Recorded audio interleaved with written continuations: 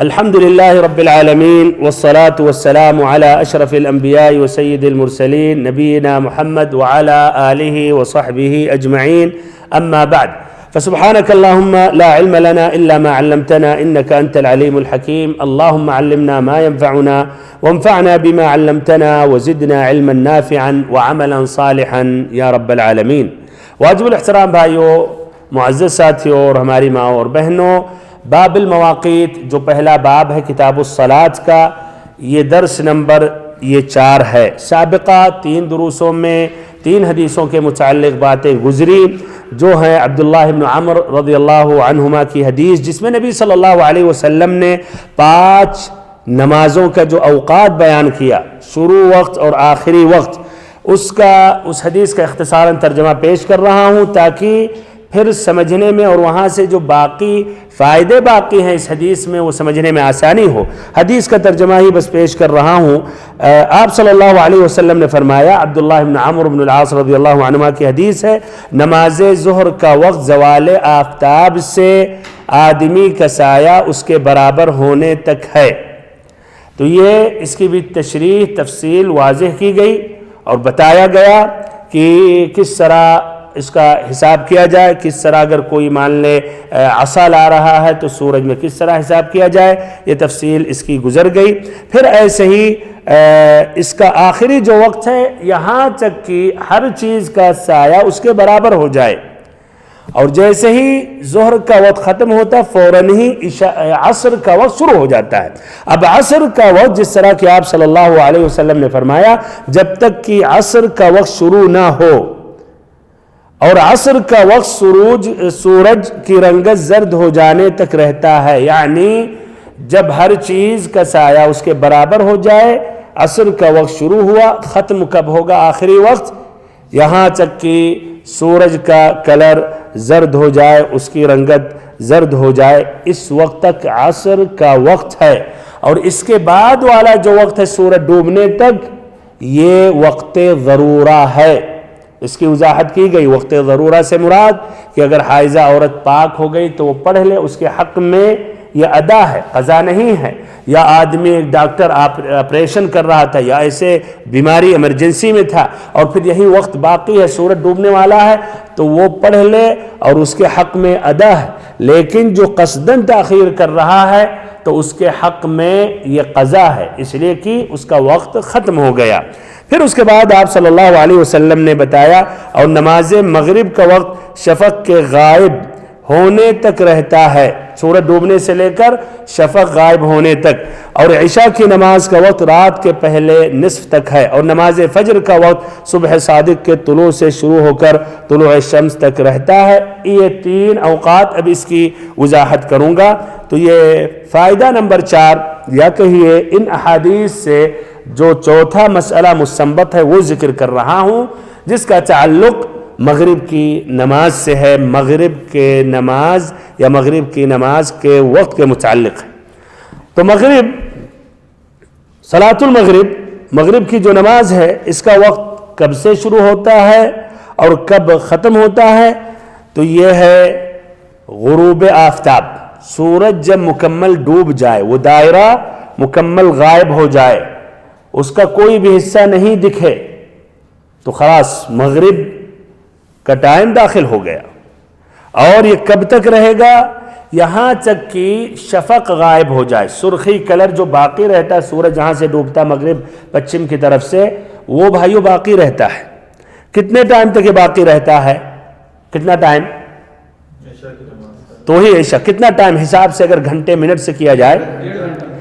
1.25 گھنٹے سے لے کر 1.5 گھنٹے تک، تقریباً 1.25 گھنٹے سے لے کر 1.5 گھنٹہ، سورج ڈوبنے سے لے کر شفق کو غائب ہونے تک 1.25 گھنٹہ رہتا ہے. یہاں کا کیلنڈر آپ دیکھیں گے تو بالضبط مغرب کی اذان کے بعد بالضبط 1.5 گھنٹے کے بعد عشاء کی اذان ہے، اور غالباً اس سے پہلے وہ شفق غائب ہو جاتا ہے. اسی لیے اس کا بھی خیال کرنا چاہیے. بمعنی 1.25 گھنٹے کے اندر ہی مغرب کی نماز پڑھ لینی چاہیے. تو یہ مغرب کا یہی ٹائم ہے. پھر سے ایک مرتبہ، سورج مکمل ڈوب جائے اس وقت سے لے کر شفق غائب ہونے تک، اور اس کی مدت مقدار 1.25 گھنٹے سے 1.5 گھنٹے تک ہے۔ یہ تقریباً ہم لوگ جن ملکوں میں رہ رہے ہیں، سعودیہ میں، انڈیا میں اور ایسے ہی بر صغیر میں، جس قدر آپ شمال میں جائیں گے، جنوب میں جائیں گے تو اس کا حساب مختلف رہتا ہے۔ کچھ ملکوں میں تو یہ شفق سورج ڈوبنے کے ساتھ یہ شفق جو ہے غائب ہوتا ہی نہیں، یہاں تک کہ فجر کی اذان ہو جائے۔ یہ بھی ایک عصری مسئلہ ہے جو اہل علم نے اس کے بارے میں یعنی لمبی بحثیں لکھی ہیں کہ وہ کیا کریں گے۔ اس طرح تو عشاء کا ٹائم داخل ہی نہیں ہو رہا، فجر داخل ہو جا رہا۔ بہرحال وہ الگ مسئلہ تاکہ تفصیل نہ ہو۔ ادھر ایک ضروری ہے بات، کچھ اہل علم کہتے ہیں مغرب کا وقت صرف ایک ہی ٹائم ہے، جتنی ہم مدت بتا رہے ہیں نا کہ سورج ڈوبنے سے لے کر شفق غائب ہونے تک جو تقریباً 1.25 گھنٹے کا ٹائم ہے، 1.5 گھنٹے تک، وہ کہتے ہیں نہیں، مغرب کا ایک ہی ٹائم ہے، ایک ہی ٹائم ہے، یعنی جیسے اذان و نماز پڑھ لو اس کے بعد ہی خلاص مغرب کا ٹائم ختم ہو جاتا ہے۔ اور کیا دلیل ہے ان کی؟ وہ حدیث جبریل امین کی حدیث، جب وہ آئے اور انہوں نے امامت کرائی نبی صلی اللہ علیہ وسلم کی، جس کا تذکرہ سابقہ دروس میں ہوا، اور یہ مسند امام احمد، ابو داؤد، سنن کی روایت ہے۔ جبریل امین 2 دن آئے، پہلے دن 5 وقت کی جو نمازیں ہیں شروع وقت میں انہوں نے پڑھائی، اور دوسرے دن آخر وقت میں، اور کہا یہ 5 وقت کی نمازوں کا وقت ان دونوں کے درمیان ہے۔ اور یہ آتا ہے کہ جب یہ نمازیں فرض ہوئی ہیں اس کے صبح آئے تھے جبریل امین نبی صلی اللہ علیہ وسلم کو 5 وقت کی نمازوں کے ٹائم بتانے کے لیے۔ سبحان اللہ، دیکھیں نماز کی اہمیت شریعت میں، اللہ اکبر۔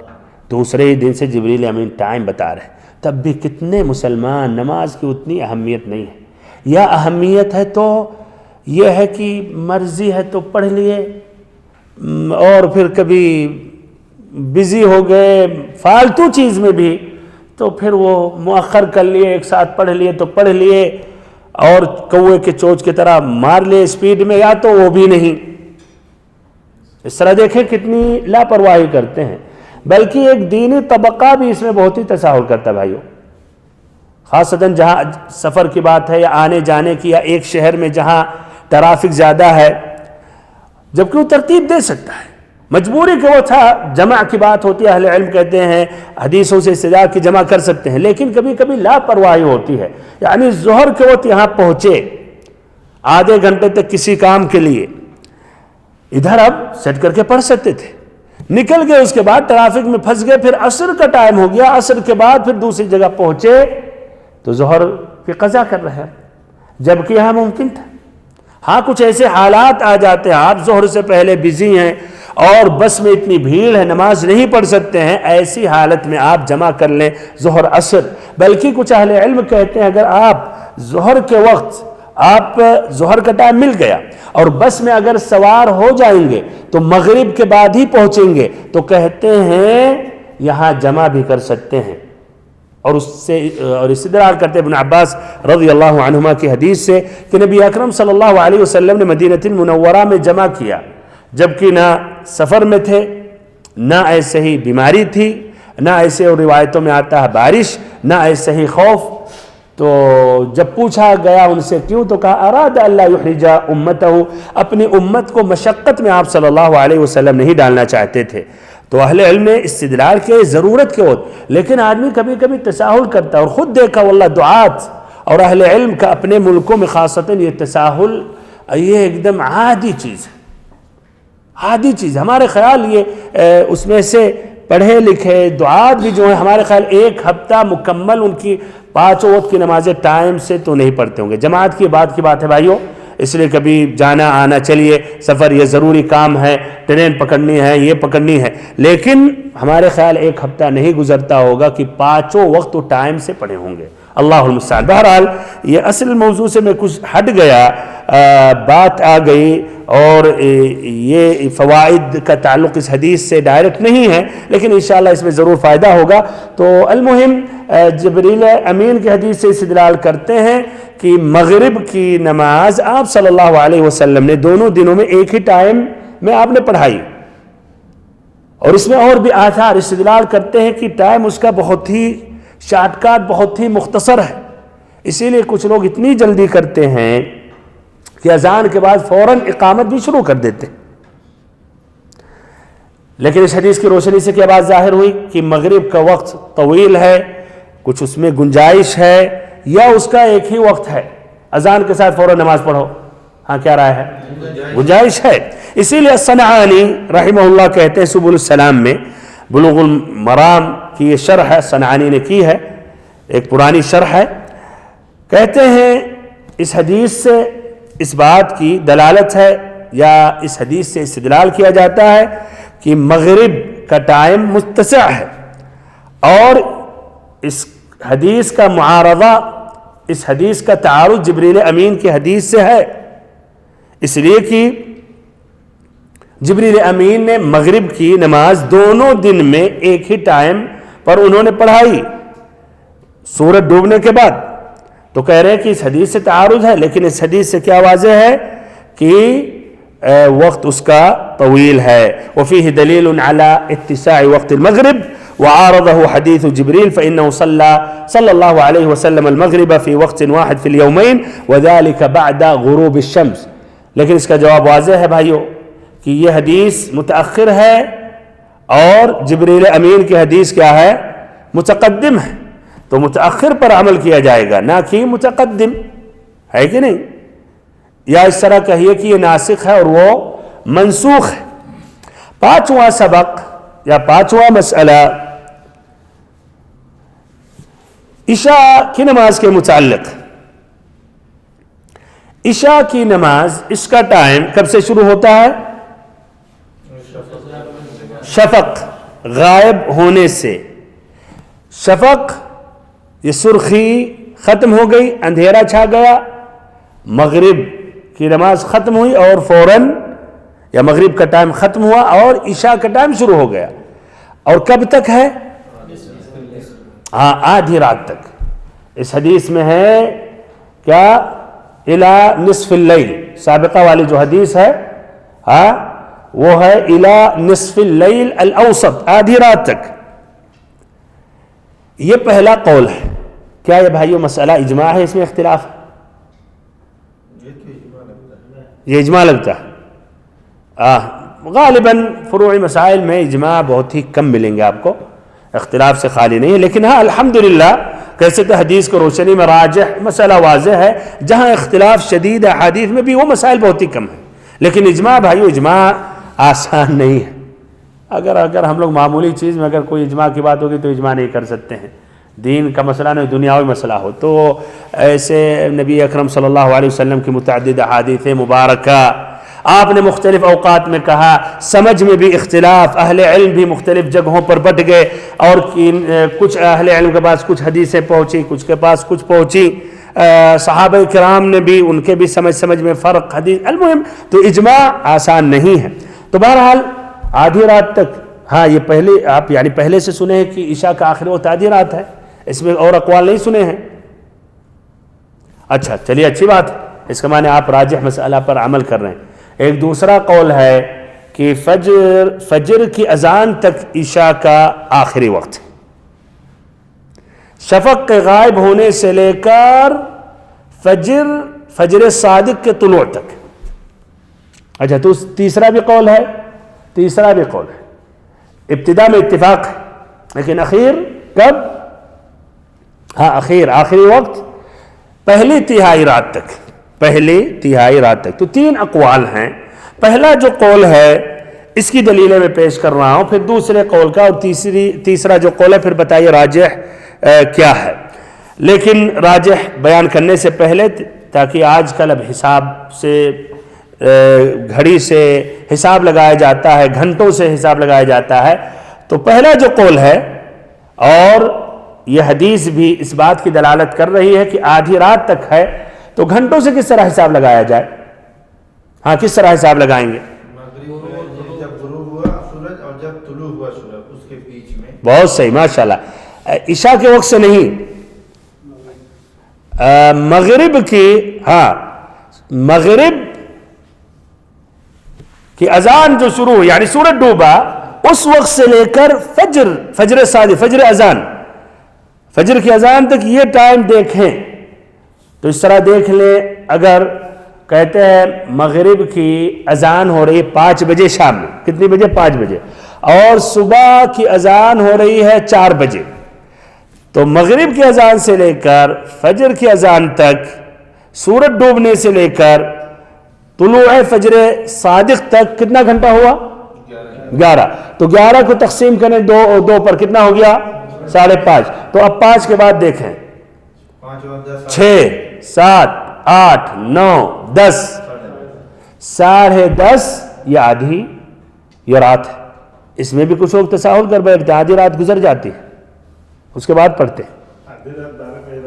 ہاں کچھ لوگ سمجھتے 12 بجے، نہیں 12 بجے نہیں، حساب دیکھیں سورج ڈوبنے سے لے کر، اور ایسے ہی سورج طلوع نہیں، فجر صادق کے طلوع، ان دونوں کے یہ دیکھیں حساب کتنا، 2 پر تقسیم کریں، پھر سورج ڈوبنے کے بعد سے وہ جوڑ لے آدھا، وہ آدھی رات ہے. اور 2/3 بھی جوڑنا ہے تو آپ وہ ٹائم کو 3 پر تقسیم کر لیں، پھر دیکھ لیں آخری جو تہائی یا آخری جو رات ہے، تیسری جو رات ہے، جو نزول الہی کا وقت ہے، وہ کب سے شروع ہو رہا ہے. بہرحال یہ پہلا قول ہے اور حدیث کی روشنی میں یہی راجح ہے.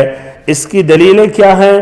تو اس کی دلیلیں نمبر 1، پہلی دلیل یہی حدیث جو آپ کے سامنے موجود ہے، یہ حدیث وَوَقْتُ الْعِشَاءِ إِلَى نِصْفِ اللَّيْلِ الْأَوْسَطِ، اور اس میں تأویل کرنے کی گنجائش نہیں ہے، آدھی رات تک واضح ہے.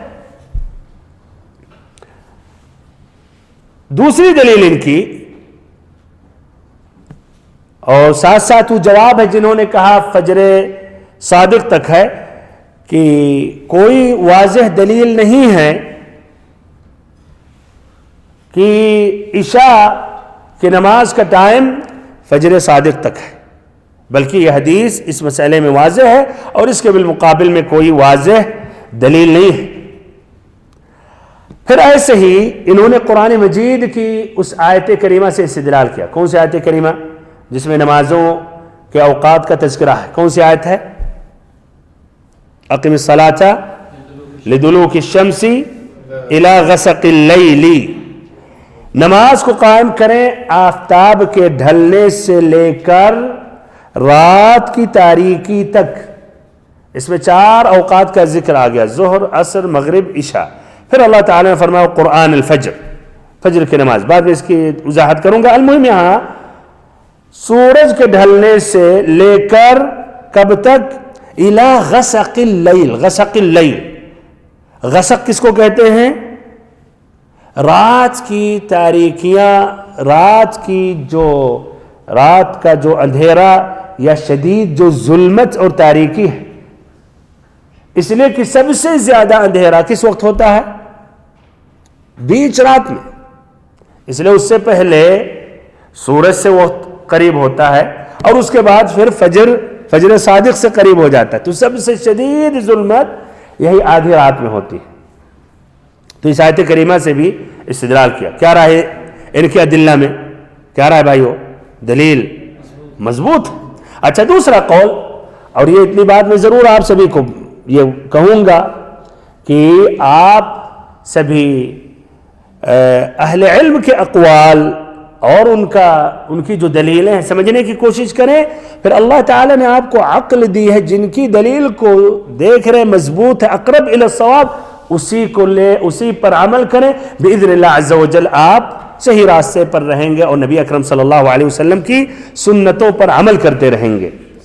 یہ نہیں کہ بس یعنی پٹی لگا کر جو بھی قول بس مانتے رہیں، تسلیم کرتے رہیں. نہیں، الحمدللہ آپ کو اللہ نے اتنی سمجھ دی ہے. دوسرا قول جو ہے کہ طلوع فجر تک ہے عشاء کا وقت، شفق غائب ہونے سے لے کر فجر کی اذان تک. اور انہوں نے یہ کہا لیکن آدھی رات تک وقت مختار ہے اور اس کے بعد وقت ضرورہ ہے. اس طرح یہ بھی ایک طرح قوی ہے یہ کہنا کہ وقت ضرورہ، ضرورت کے تحت، جس طرح عصر کے نماز یا عصر کے وقت کے بارے میں ہے. ان کی دلیل کیا ہے؟ بہرحال بات معقول ہے لیکن دلیل دیکھی جائے گی. مسلم کی روایت اور غور و فکر کریں آپ بھائیوں، کیا اس دلیل میں قوت ہے، صراحت ہے، یا احتمال ہے؟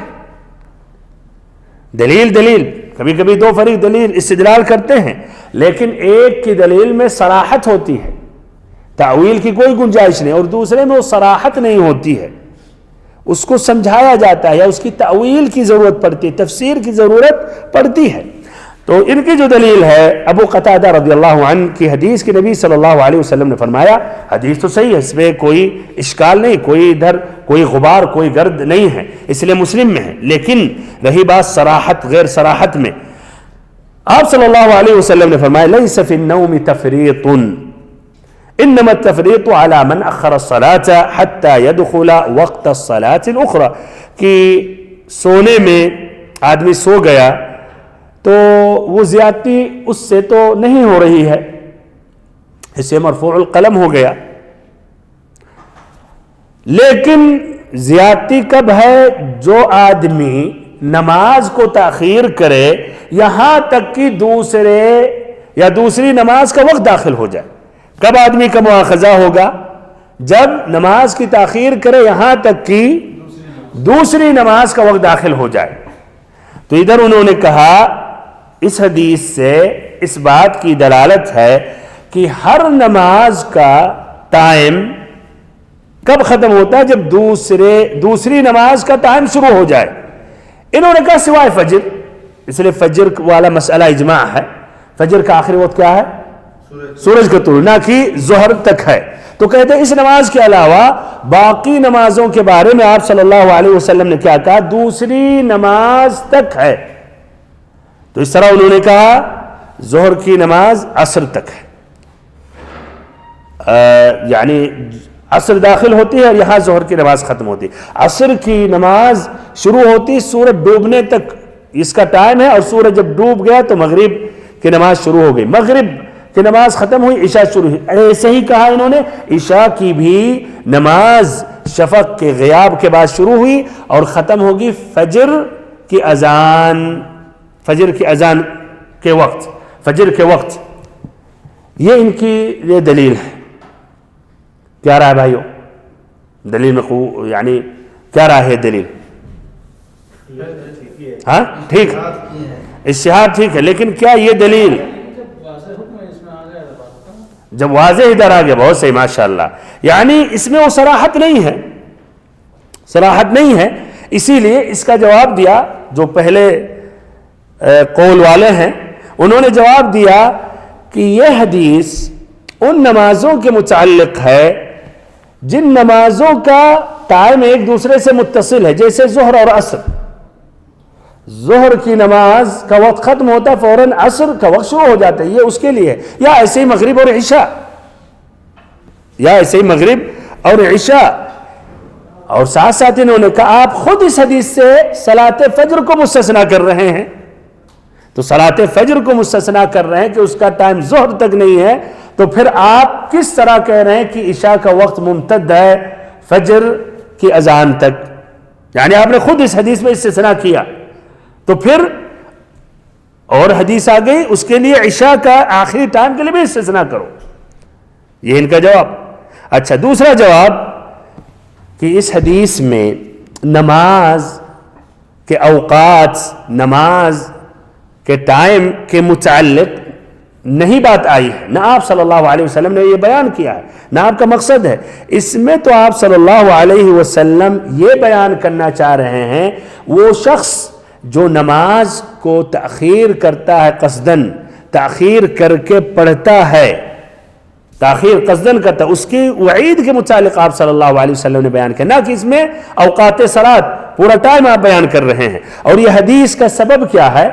جب آپ صلی اللہ علیہ وسلم ایک مرتبہ سفر میں تھے اور آپ صلی اللہ علیہ وسلم سو گئے، بلال رضی اللہ عنہ بھی سو گئے، جن کو کہا تھا کہ آپ جگتے رہیں تاکہ فجر کے وقت اذان دیں، اس لیے لوگ تھکے ہوئے تھے، ممکن ہے کہ کوئی نہ اٹھے، بہرحال وہ بھی بیچارے تھکے ہوئے تھے، وہ بھی سو گئے۔ تو آپ صلی اللہ علیہ وسلم نے بتایا کہ لیس فی النوم تفریط، کہ اگر کوئی سو گیا اور اس نے کوشش کی فجر اٹھنے کے لیے، اور آج کل جو وسائل اس کو اپنایا، لیکن جب بھی نہیں اٹھا تو ادھر اس کا مواخذہ نہیں ہے، اس کی غلطی نہیں ہے۔ کب آدمی کا مواخذہ ہوگا، کب اس کی پکڑ ہوگی؟ جب وہ قصداً نماز کی تاخیر کرے۔ اسی لیے اہل علم ایک الگ مسئلہ ہے، یہ بھائیو نماز کا مسئلہ، اس میں مسائل بہت زیادہ ہیں، اس لیے بیچ بیچ میں کئی فروعی باتیں آ جا رہی ہیں، لیکن آگے تو ذکر کر رہا ہوں۔ اسی لیے اہل علم نے ایک مسئلہ اٹھایا کہ جو قصداً نماز کو ترک کر دیتا ہے، تاخیر کر رہا ہے، بعد میں پڑھے یا نہ پڑھے۔ کچھ علماء نے کہا کہ نہیں، پڑھنے کی ضرورت ہی نہیں، اتنا بڑا اس نے گناہ کیا کہ اب قضا کرنے سے کوئی فائدہ نہیں، اسے جب قصداً چھوڑا خلاص نہیں پڑھے، اب اتنا بڑا مسئلہ۔ تو بہرحال تو یہ حدیث اس کے متعلق ہے، نہ کہ اوقات صلاۃ۔ تو یہ دوسرا ان کا جواب کیا رہا ہے اس طرح؟ پہلا جو قول ہے اس کی قوت ظاہر ہو رہی ہے، اور دوسرا قول حقیقت میں اس کے سامنے ذرا کمزور پڑ گیا۔ تیسرا جو قول ہے کہ آخری وقت 1/3، پہلی 1/3 رات تک۔ تو اگر ہم مان لیتے ہیں 12 گھنٹے کا رات ہے، 5 بجے مغرب کی اذان، 5 بجے فجر کی اذان، 12 گھنٹہ ہو گیا، تو پہلی جو تہائی ہے وہ کتنا ہوگا؟ 4 گھنٹے کے بعد، 4 4 دن 8 12، تو 5 6 7 8 9،